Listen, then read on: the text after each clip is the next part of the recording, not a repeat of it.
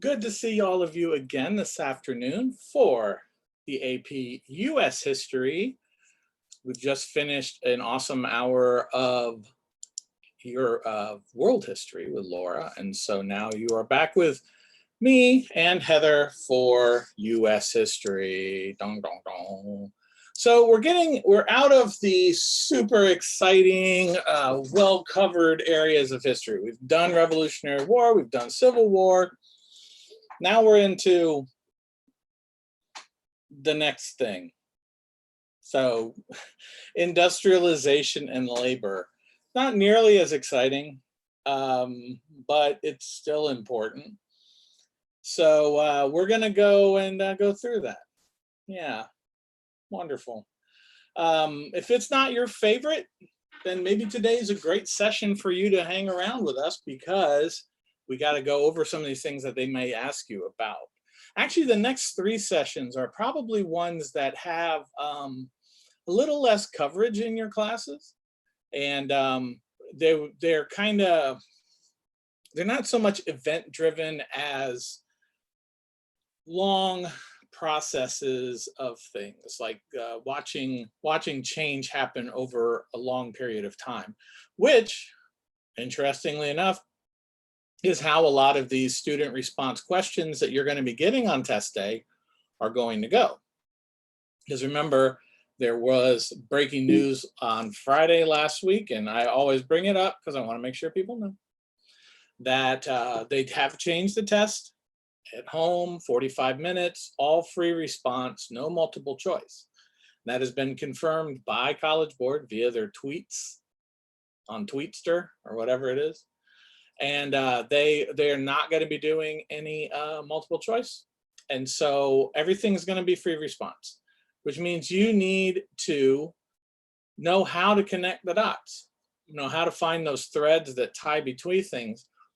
And all these last three categories, today, tomorrow, and Friday, they all are based on change over time. And so that's what we're going to focus on today, which is pretty cool. Welcome back to everybody who's here from yesterday, and anybody who's new. We're glad that you're here.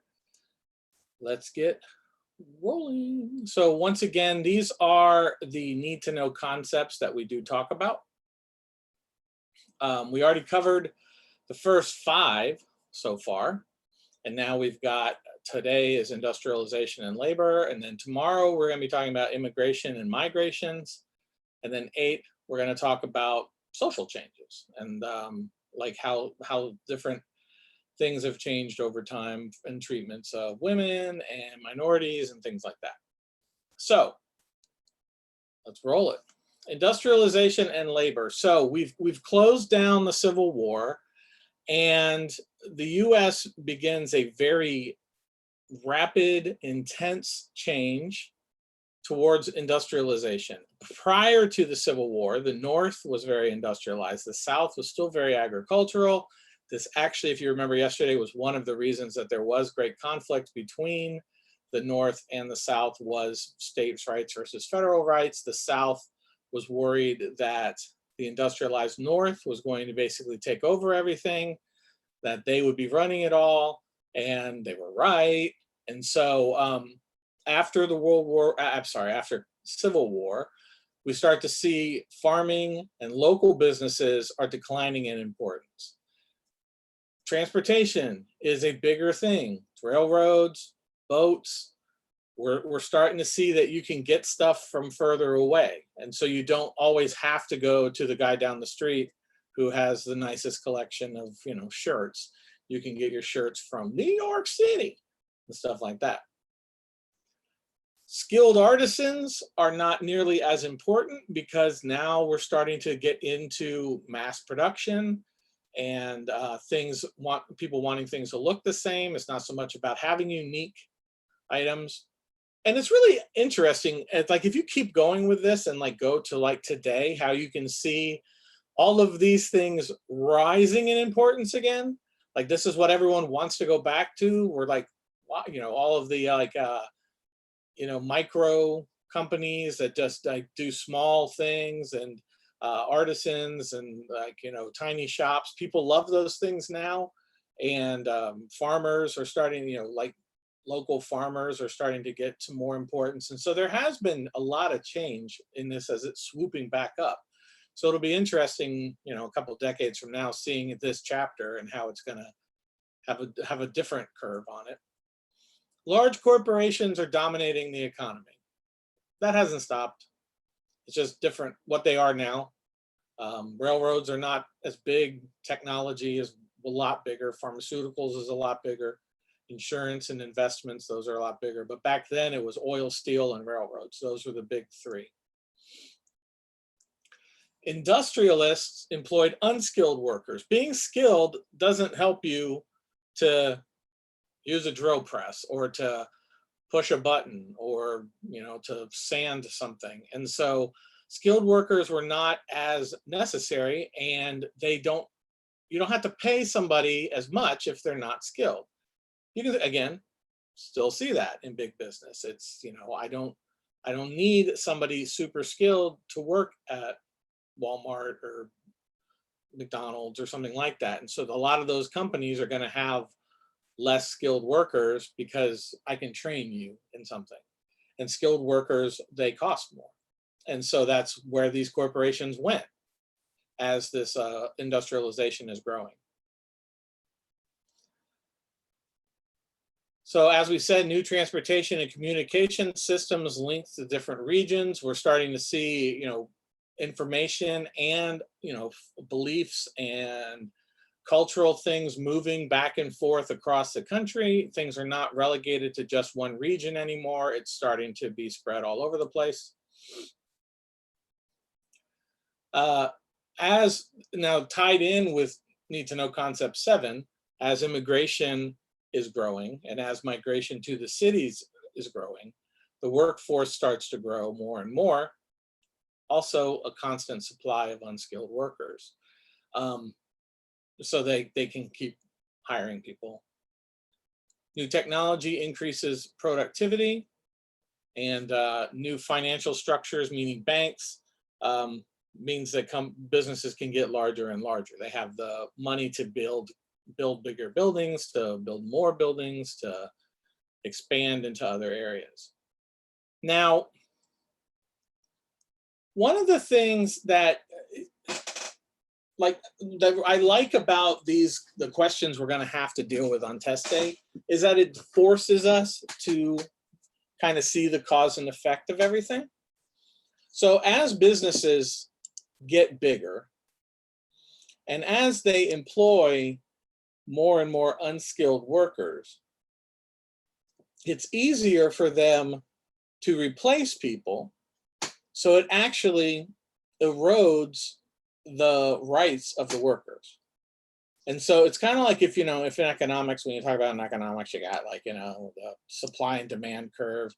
And as businesses go up, the workers' rights are going to go down.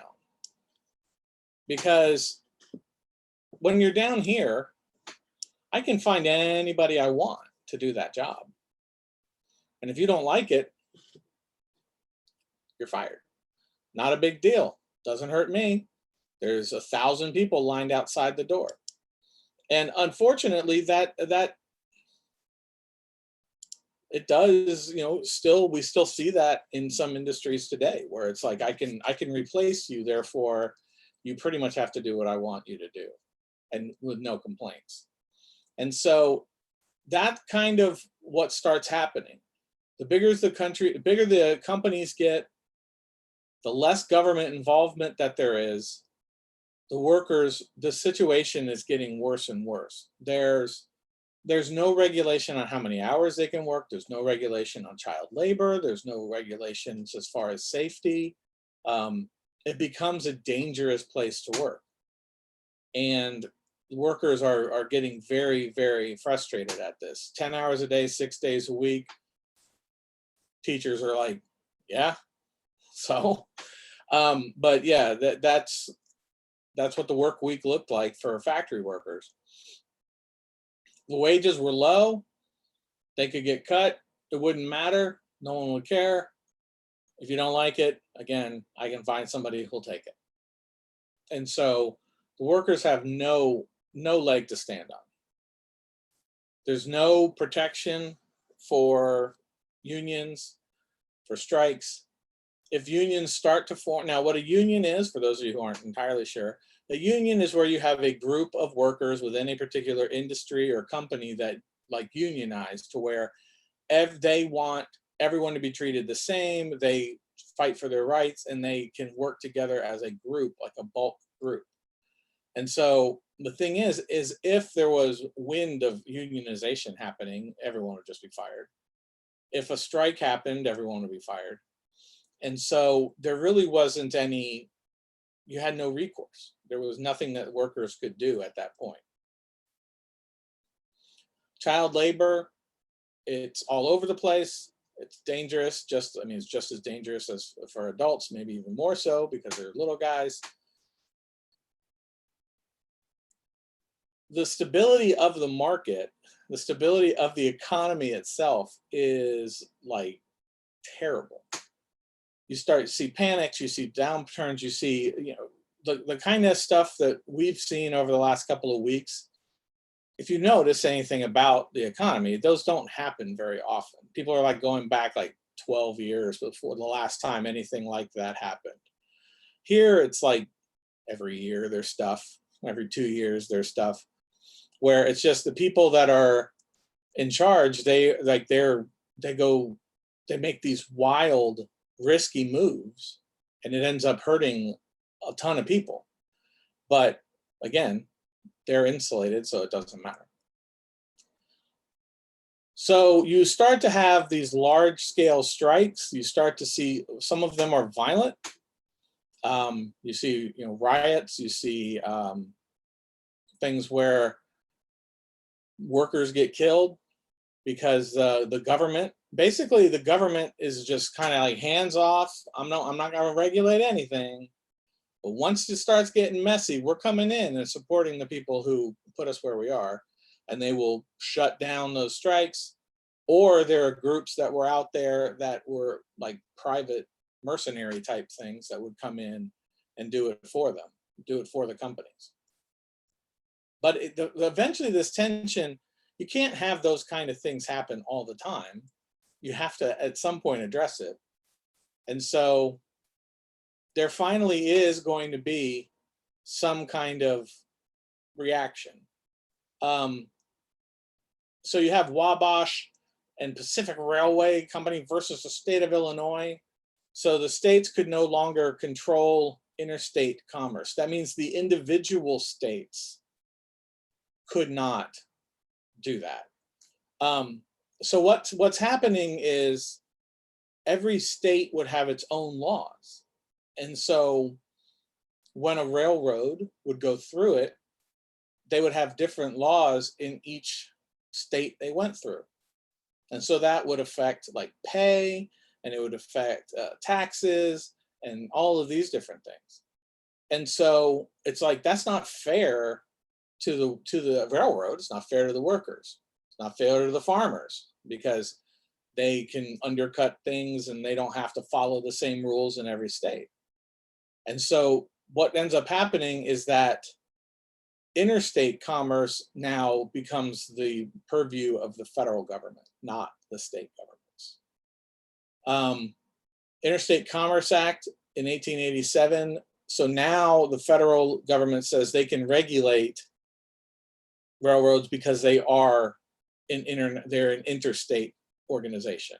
And if it goes between multiple states, then the federal government has the right to regulate things. In 1907, Chloe, I just saw Chloe ask about European workers. Yes, it is picking up and they are filling in spots. Yes, also a lot of, in the late 1800s, you're going to have a lot of people who've migrated from the South into the cities and things like that.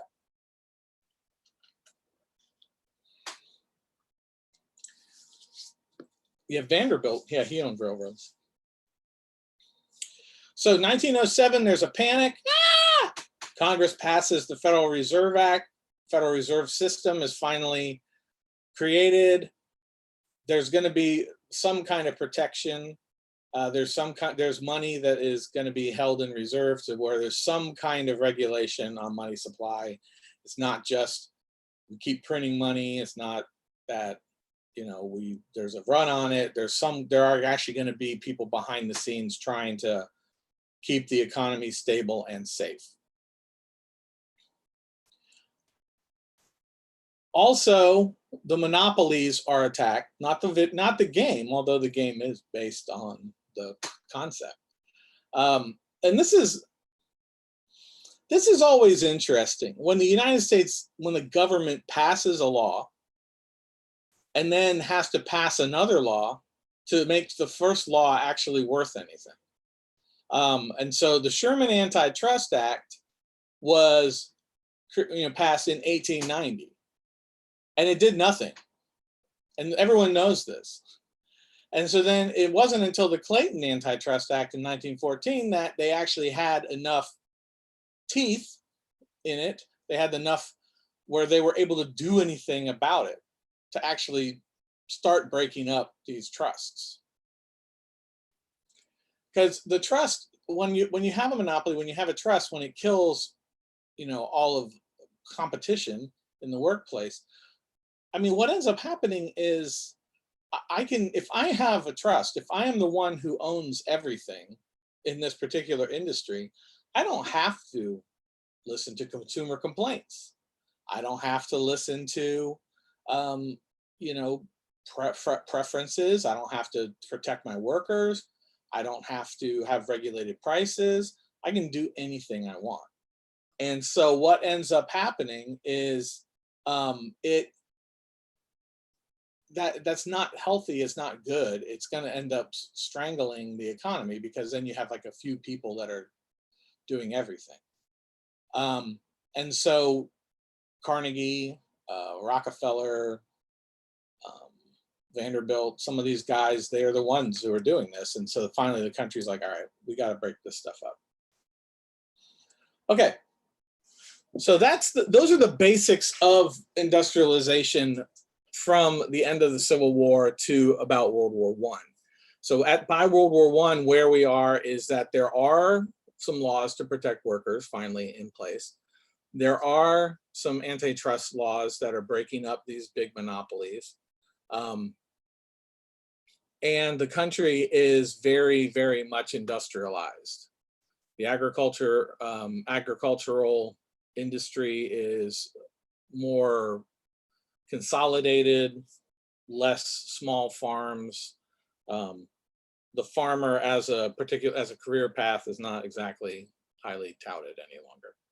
So what I have here for the next chunk here, for the rest of the time, so how do we turn this into questions that they could ask us on test day? So since there's not going to be a lot of multiple choice, in fact, none, 0 is not a lot. So since there's not going to be multiple choice, how do we find themes that are going to help us to deal with this? And so what I've done is I've found basically 3 different little groups of questions, and so each one is dealing with this industrialization. Each one of them, though, looks at it from a different, kind of deals with a different element of it. And so after we do these questions, which is going to help to show that you know the content, then we're going to kind of think about how could these things mesh together? How could these things mesh together to where they could ask me one of those short answer student response questions, okay? So we've got questions 14 and 15, not 11 and 12. 14 and 15, there's this thing about Horatio Alger that I want you to read. And I'm going to give you a minute to read it, and then we're going to look at each of the questions, and I'm going to give you some time to do that. So give you a minute, read this little blurb, and then we will discuss it in reference to some questions.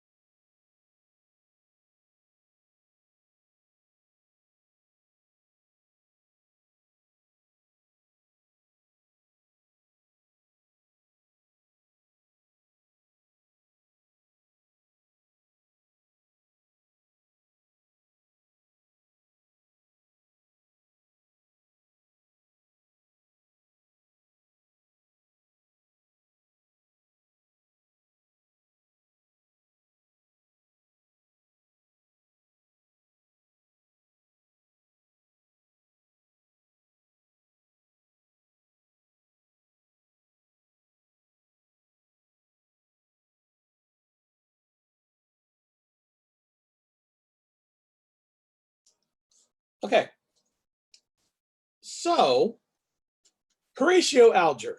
Talk to me about Horatio Alger. Tell me in the chat what that is, the name. What does it represent? Give me some info in there. So we've got Horatio Alger is the writer.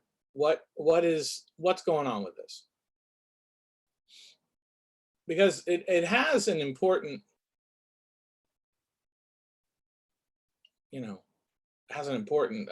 element that does influence people.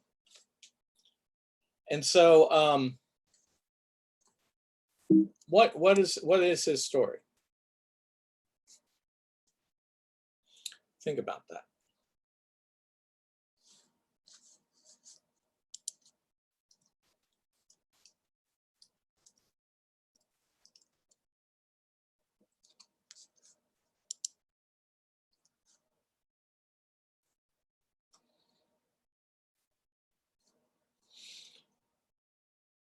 All right, starting to see some stuff coming in. Hard work equals success.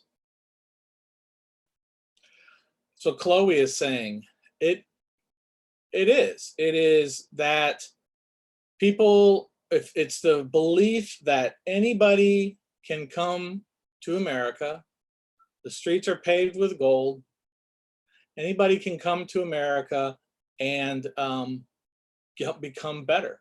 They can have the rags to riches story. Rags to riches is what Horatio Alger talks about. So what they're trying to do is they're trying to get people to buy into this, trying to get people to come from other countries and buy into this. And that's what the whole story is all about, the American dream. And so when we look at like number 14 here, like a bunch of you were saying, the answer is going to be D. You work hard, you live honestly, you're a good person, you can become successful.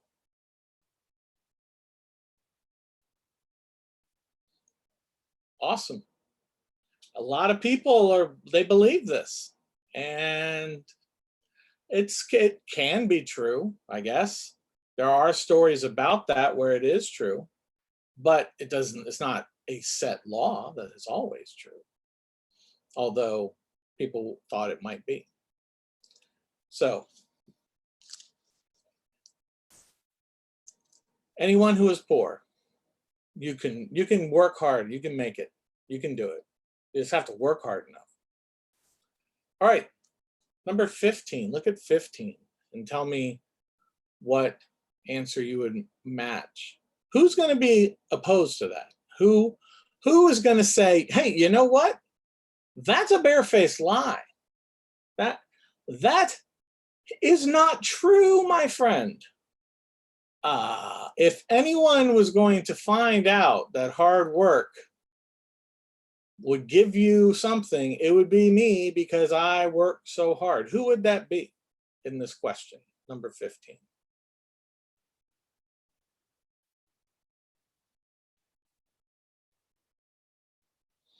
Who's going to disagree with it?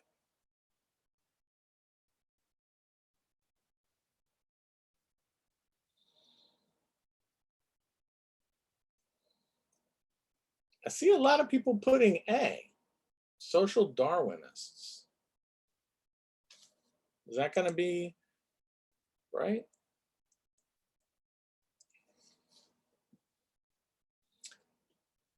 No. Social Darwinists, they're going to believe that the strongest will survive.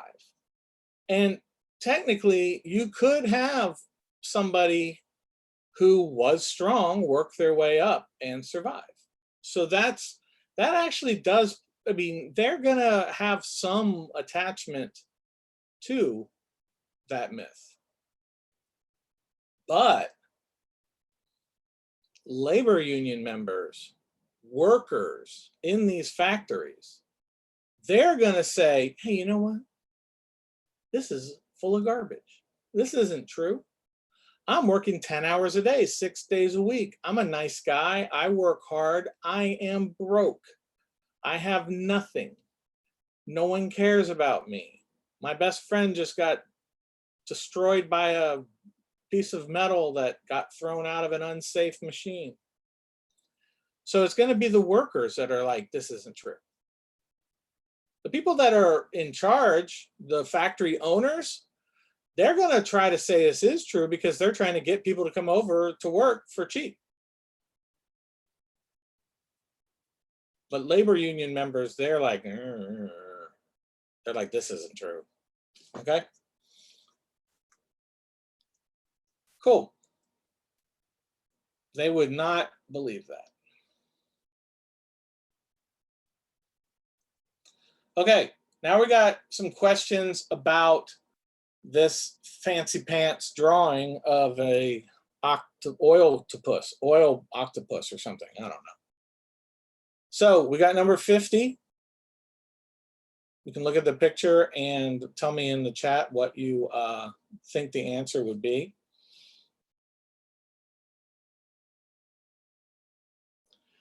So Standard Oil is being criticized in this picture. Why? What's wrong with Standard Oil?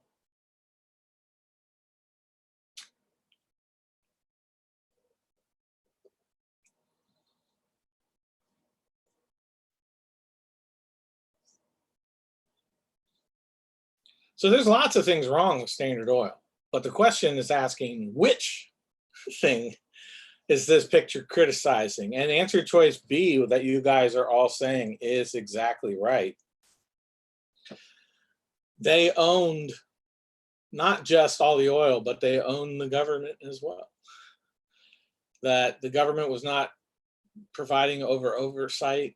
They were not stopping anything. And so Standard Oil is able to do whatever they want. They're able to set prices wherever they want. They're able to take over whatever they want. They don't have to take care of employees or anything. And so that's what this particular drawing is like, hey, it's not good that you can do anything you want. We want you to have to follow somebody, and the government's supposed to be the one that's stopping you. However, they're in your back pocket. So, yeah, I mean, they have enough, but then they even start running people for office on top of it. And so then it's even worse. So, all right, number 51, the Gilded Age. The Gilded Age.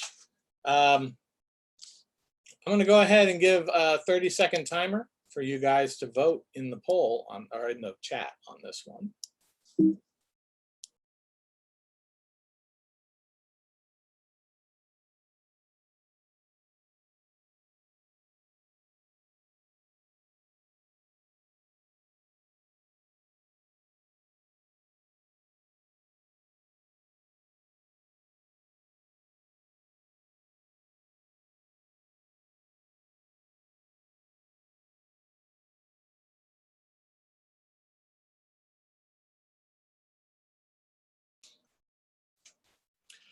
So I see what Tom asked, and I saw a couple people answered. Yes, that is why we are doing multiple choice.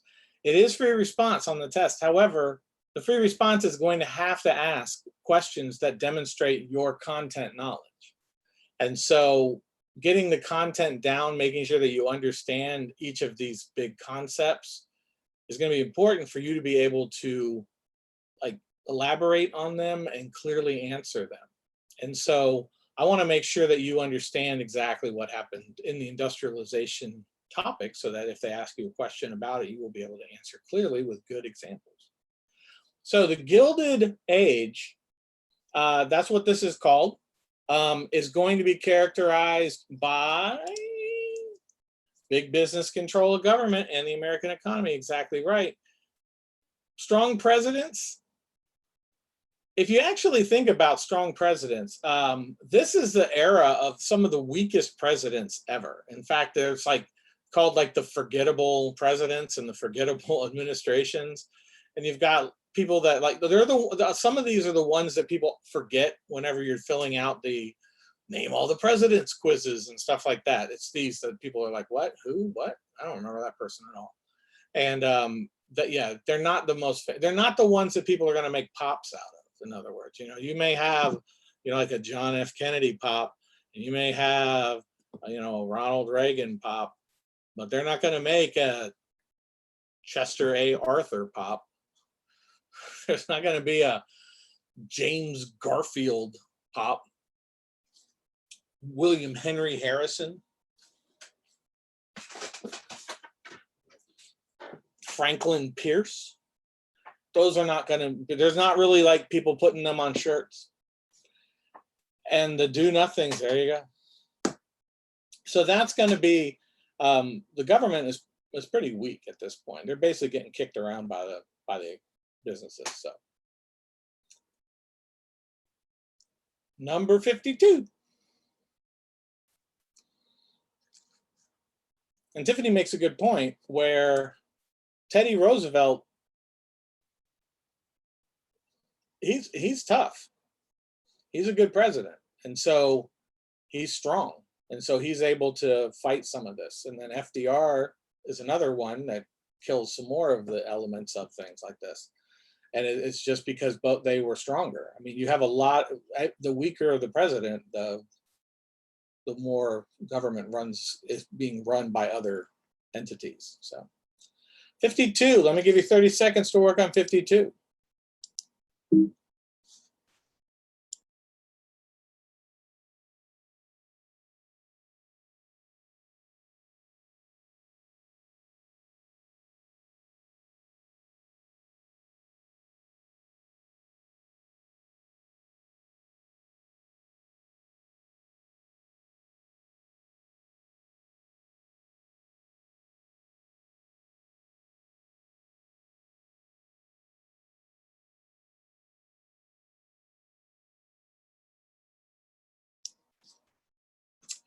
All right.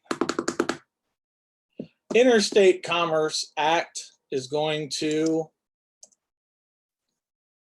regulate the railroads' control over commerce. So it's not all commerce. That is specifically to deal with railroad issues.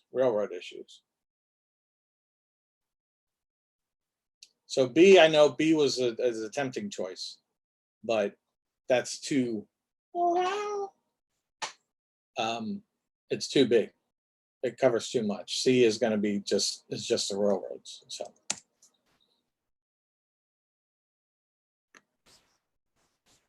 All right, 53. One more on this topic. Go for it.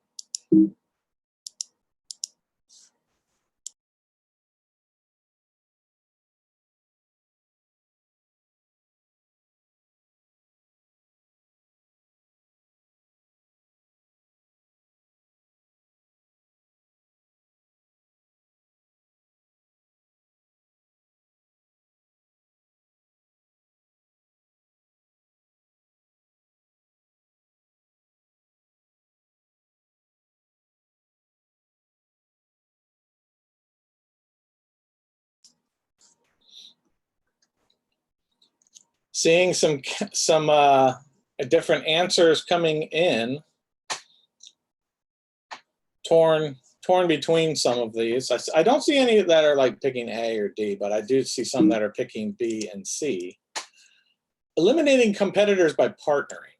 That's where that one's going to be a problem. It's not partnering, it's crushing. You're not a partner. That person's not a partner when you've been destroyed. So it's going to be answer choice C. That's the horizontal and vertical integration, the interlocking directorates. And so that's where you would, there's different components on this. And I want to make sure people understand this, because this is actually pretty important to understand how people were able to get their monopolies to work.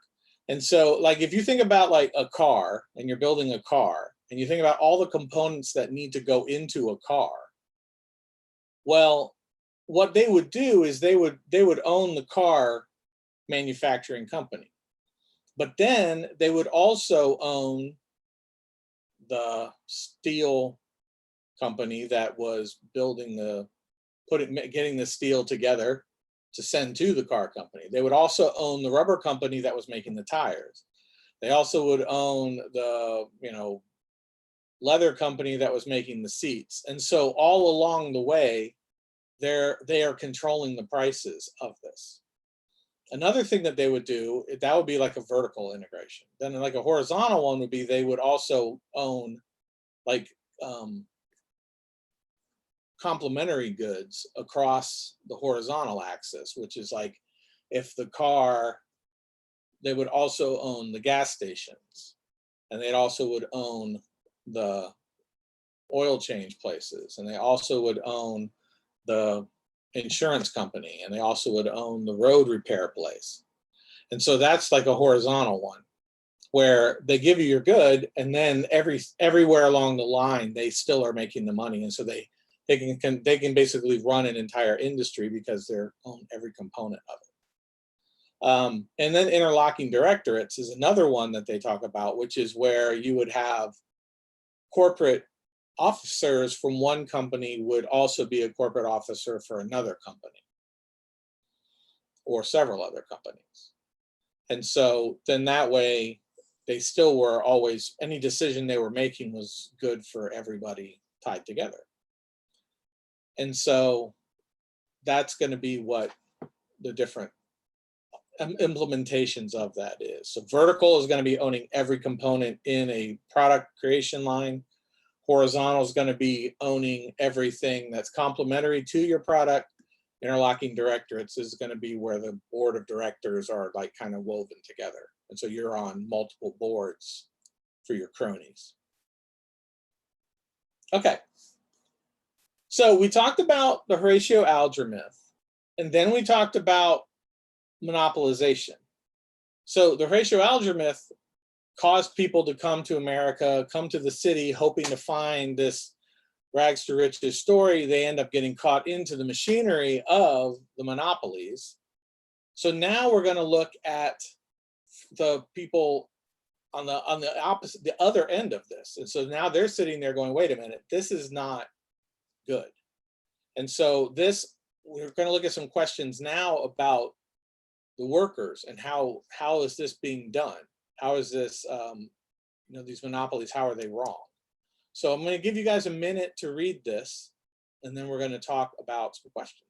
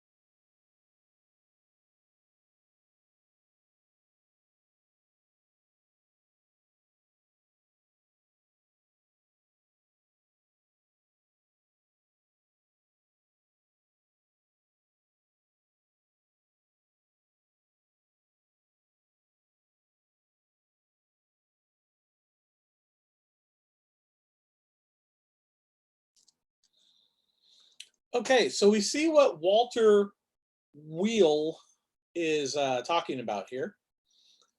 He basically, he's saying, no, this isn't good. This is not good. These industries, they're running a roughshod over. There was no protection for even small investors. The consumer had no protection. The competitor had no protection. The workers have no protection. And to where now America's worse than anywhere as far as like how their workers are being treated. So he's trying to ring the bell, trying to get people to be aware of what is going on so that it can get stopped. Okay. So look at 39 here. Which of the following events illustrates Weil's main argument? So which event shows what he is saying, that this is a problem and it can't keep going? So I'll give you 30 seconds to work on that one and think about it, because it may take a little bit to remember what some of those things are.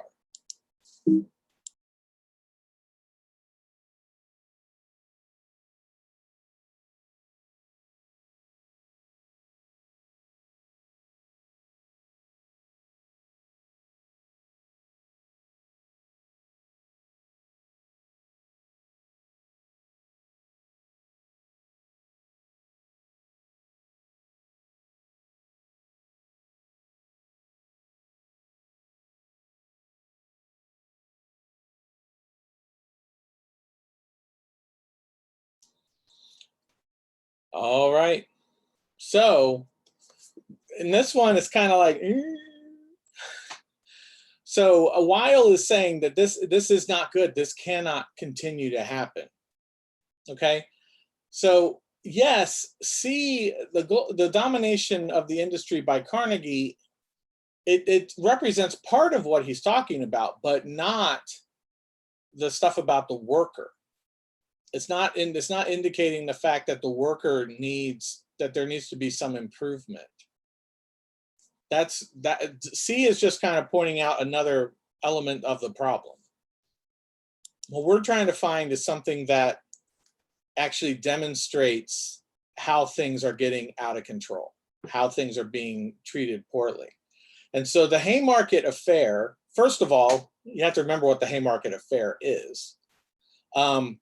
But in Chicago, there are strikes and demonstrations, violence, there's bombings, there's deaths, the trials that are going on. All of that is going to be part of the problem. Tiffany also does point out that C says oil by Carnegie, which is not right. It's oil by Rockefeller. Carnegie was steel. And so that was another way to get us. But the Haymarket Affair is going to be about, it's going to show these workers they've had enough. They've had enough. And so that's going to be a better illustration of what Weil is trying to point out. Chloe, I am guessing that is the same thing, yes. So then we see number 40. This one actually kind of touches on something we already looked at just a few minutes ago. Which of the following developments encouraged monopoly capitalism? Encouraged it.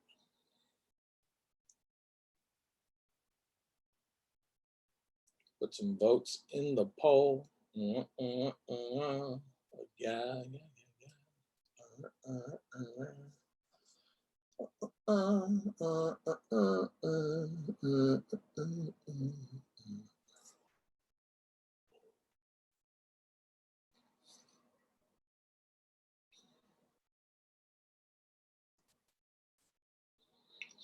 See, this was a good review. We just were talking about horizontal and vertical integration. That once again is going to be what the answer would be for this one, is that is what helped encourage monopoly capitalism, is that you could just stuff the entire supply chain with your own ownership.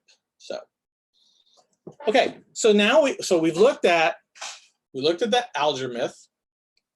We looked at the monopolies, and then we looked at where problems are going to start coming, where workers are demanding to be treated better. So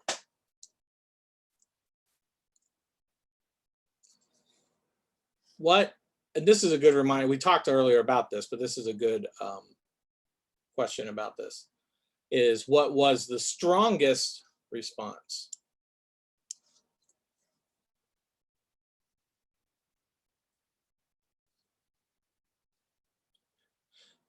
Tiffany points out about the Bessemer process. Well, I always love it when there's an answer like that in there, and it's like, yes, that is how monopolies started.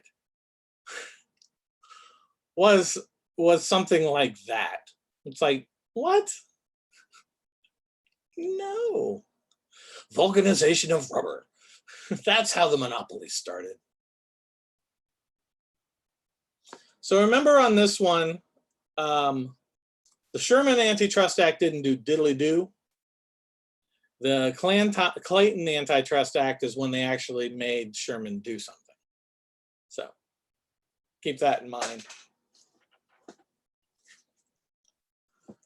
So here's what I want to get to. So we've looked at several different components of this industrialization. We've looked at how we tried to lure workers in, then we looked at how the businesses actually were running, and then we looked at like the end result.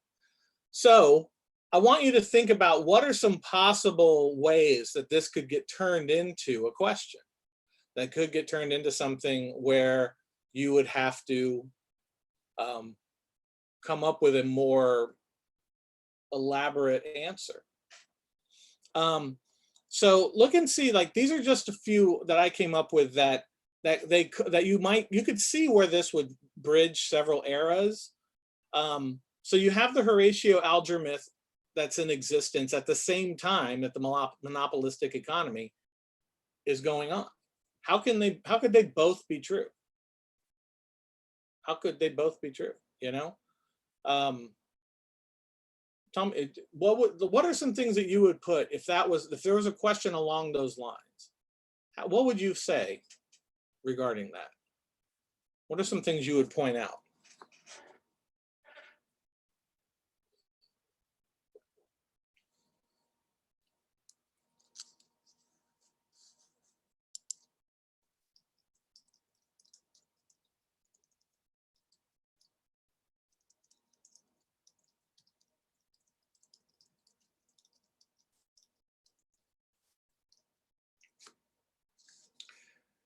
See, the Horatio Alger myth, some of this was true. You know, there were cases where people went from nothing to something. So there was the possibility, but it was not so pervasive that was the given, that was always going to happen. Plus, this really kind of fed that. And so even if this wasn't true, it was believed enough that people acted on it and then became a cog in the wheel. What about number two? About number two. What was the economic system pre-Civil War? What would you say the economic system was primarily pre-Civil War? And then what was it by pre-World War I? What are some things that you would bring up on that one? You can throw those into the chat as you think about it. Because there is a change, definitely, between those two.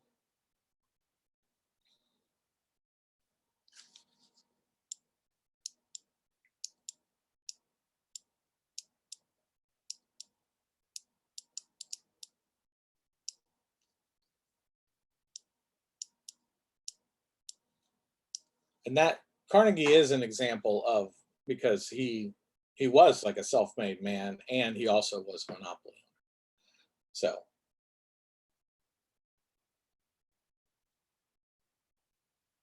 if you think about the economy pre-Civil War and the economy pre-World War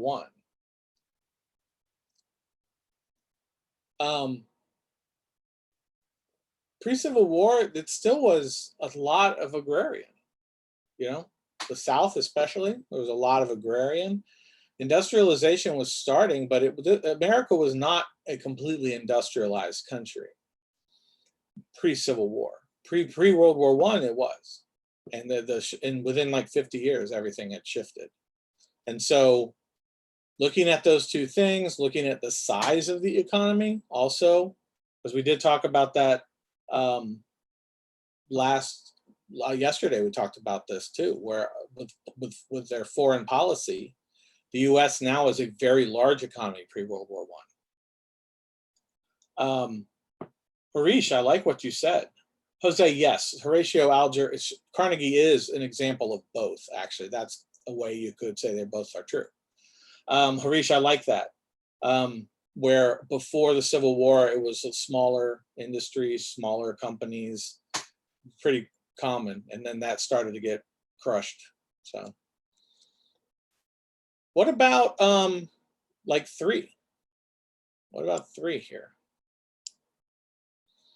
The role of the farmer in the US and how that changed.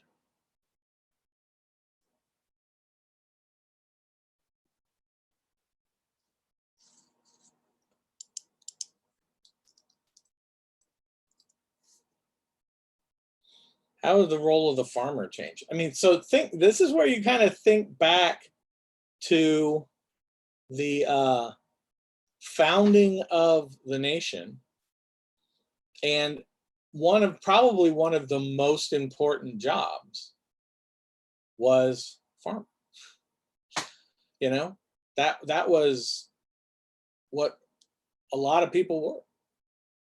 A lot of well-known people, a lot of people in politics. I mean, it was like that was a common job.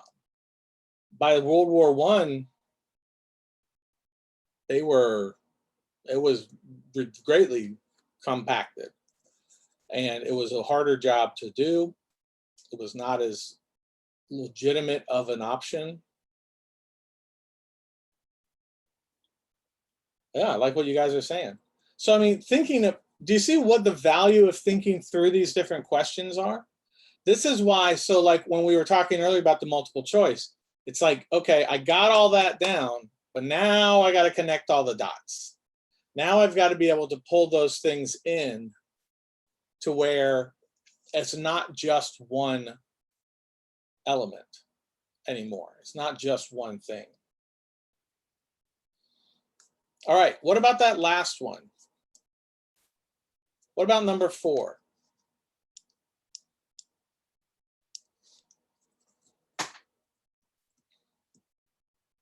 So after Lincoln,